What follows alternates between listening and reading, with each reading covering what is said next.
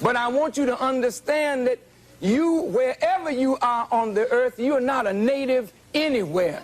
You came there and took it from the native people who are there. So please don't talk about going back, because if others talk to you about that, where would you go?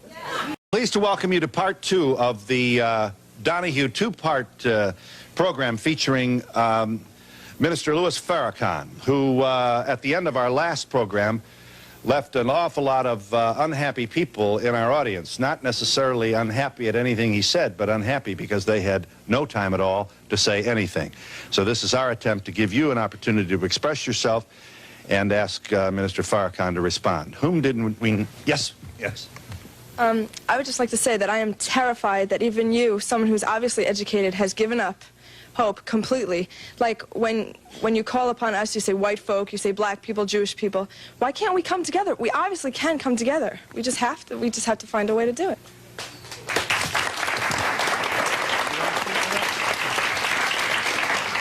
The desire is good, but the reality is the total opposite of your desire. And unfortunately, as a young lady, you are not in the position of power to make the decisions to make America work. May I, you know, as an audience of intelligent people, I would like to just take a moment to say to you that I really don't think you fully understand what has happened to these people that you look at as second-class or inferior citizens in this nation. Black people who were brought to this country were stripped of their names, language, culture, religion, God, and taken totally away from the history of themselves. Here are 30 million people who don't wear their own names, they wear your names. Who don't speak their own language, they speak English, which is not their language. They never were allowed their own cultural expression of Africa. Don't you realize that when you turn a people upside down and inside out, then sell them not for a day, not for a year, but for 300 years, and deny us the human right to know, to read a book, to learn, to understand, and then after 300 years of that, you allow us into the church, but by that time, you've painted Jesus white, God white, the angels white, and then all these black people have been subjected to a form of white supremacy, which produces in the reverse a black inferiority. And this is fulfilling what Jesus said, as a man thinketh, so is he. And as long as our people think the way they think, we will never be able to do what we as a people should do to correct our condition. Over here, please. Several people in the audience have said the things that he's saying, but you really haven't been...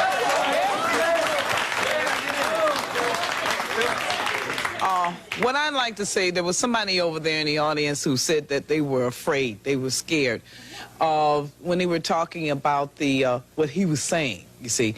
And what I'm saying is, the other day, you asked Mandela that same question about fearing, white people fearing, you know, what will the black folks do and stuff. We should be running down the street screaming, ramping, and raving, because when you look at the statistics, who is the one dying? From the policemen, from the KKK, from the skinheads, from the black people. We're getting be scared. It should be the people of color. Right. Yeah. It should be us who should be scared, or y'all sitting here. Excuse me, I was brought up in, quote, Bedford-Stuyvesant in my time. But I would like to say what scares us is I think we hear violence. May I respond? Yeah. May I respond, please? I'm sorry. All right. Minister Farrakhan, would you explain why it is relevant at this stage in 1990, with all that we've gone through, why it is still relevant to try and to educate or to get white people to understand the plight of black people? Shouldn't the energy be directed to us? Right on. Thank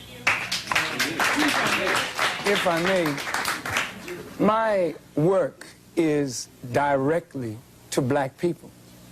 I spend 99% of my time dealing with us to help us reform our minds and spirit that we may do for ourselves.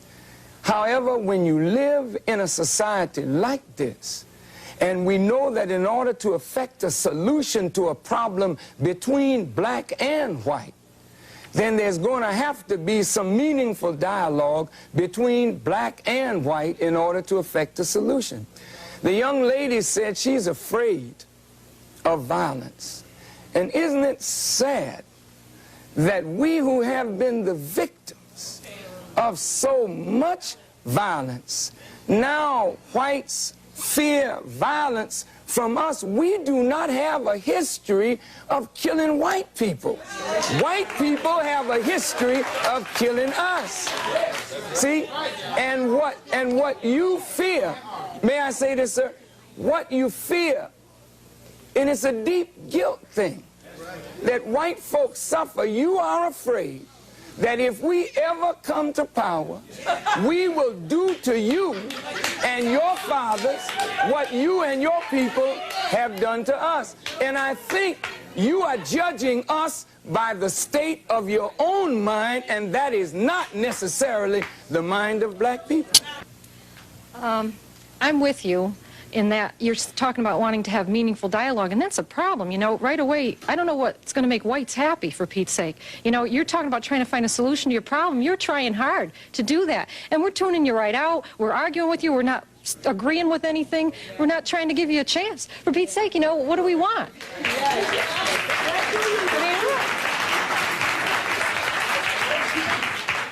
Assalamu alaikum. Mr. Farrakhan, there's a situation now where 1 in 4 black males are in prison or in jail or in some type of probation situation, okay? When I look around, even myself being a black reporter, okay, and they talk about racism of a black and white person go to the job, a black person is going to get the job, I never find that out. And we're in New York City with a black mayor, and I still haven't seen it. And when I see Minister Farrakhan, not only the brothers enlighten me, but he gives me hope to not give up, not go get a pistol and stick somebody up, okay? So when I see you, not only are you the light and the hope, but I think, white America, you need to listen. And please don't harm this brother, because we love him. Yeah. Hang on a minute. Yeah. Getting back to what she said, what exactly do we have a problem with? Before you made a statement, you said that I think that, well, not I, you said that white people think that you're inferior to us. I don't believe that. I'm part of the youth of America. I am not prejudiced. I feel more prejudiced right now than I've ever felt. Not against black, I am not prejudiced against black people. Some of my best friends are black people. I am, what's the problem with that? Yeah. You let him speak, let me speak. Yeah. You wanted to speak to this young woman? No, I don't want to speak. Who wants to talk to her? Yes. No. Yes. What do you mean you feel more prejudiced right now? Because the way he's saying Because what? what he's saying right now, I mean, I feel that you are prejudiced towards white people. Okay, but excuse me. I think it's like he said, it might be a fear or misunderstanding that you have, because what fear has he put, or what has he actually said here today that makes you feel prejudiced? I think that he said that we think that they're inferior. I think it's partly part of your own complex that you have to get over, because I don't feel you're inferior. I have nothing against black people. Let me answer her. This is the, excuse me, this is the situation. Every young white adult says, I have not done this to black people. I have not done that to black people. But your forefathers are the ones who have set us in the situation we are in. Now, what I'm saying is this. When Nat Turner stood up, you all rejected him. You killed him. When Marcus Garvey stood up, you all rejected him, enslaved him. He died a broken heart. Now, what I'm saying is this. Your fathers have put us in the condition we are in, and today you are profiting from what your forefathers have done. Now, my grandchildren are going to be raised, and your children are going to say to them, they have not done to them, because you are the ones who are going to do to my grandchildren what they're going to experience if the situation continues. Now, what I'm saying is this. When we talk about America falling, what we are saying is this. if you all want to control America, then we must have a land base that we control. You all cannot continue printing the dollar bill and then expect us to abide by your rules when you do not want to give us jobs. Therefore, I'm saying that we have now got to come into negotiations, and Minister Farrakhan is the man to listen to.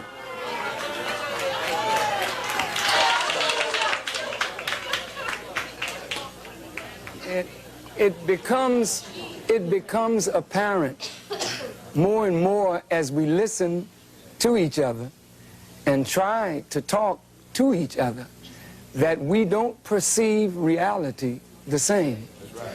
And as we're talking about either reconciling differences or separating, it becomes clear that if two people are looking at the same thing and perceiving it so differently, then the two people are operating under a different stimulus.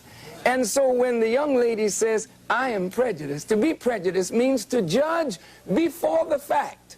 After 400 years of living and experiencing, we're not prejudiced. We are looking at the reality of what we have suffered and continue to suffer. Are you there? Yeah. Are you there, caller? Yes. Thank you for waiting. I'm sorry it took us a while to get you, but go ahead. I know you'll be brief. I'm a white American born into poverty, and I overcame it. You know, the opportunities are here in America, and why can't we just start now?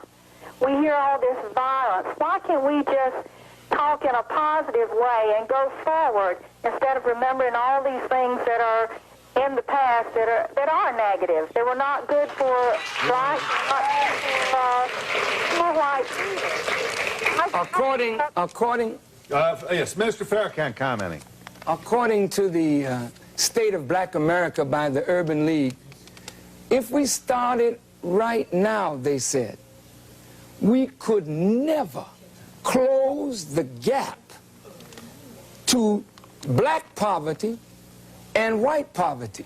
She said, let us start right now. Let's forget the past. Notice this. When Jewish people remember the Holocaust and want the world to remember the Holocaust. Wait. Why do you want the world to remember? Because if the world does not remember, it is likely to repeat itself. And Jewish persons who suffered from the Holocaust want the world to remember this because the world turned its back while Jews were put in ovens. I, as a black person, want my people to remember what we have suffered and what we continue to suffer so that we will say like the Jews, never again. Never again. Okay, I've been listening in this corner right here, and I've heard a whole lot of negative things from the white people here. When you were trying to explain yourself, the white people don't want to hear you explain yourself. They drown you out. They start already trying to drown you out and talk over you. There's a certain amount of white arrogance here, and they don't want to listen to what black people are saying. They don't understand because they don't want to understand. I've heard a woman here say, go back to Africa. Somebody said, we have a black holiday. What does that mean?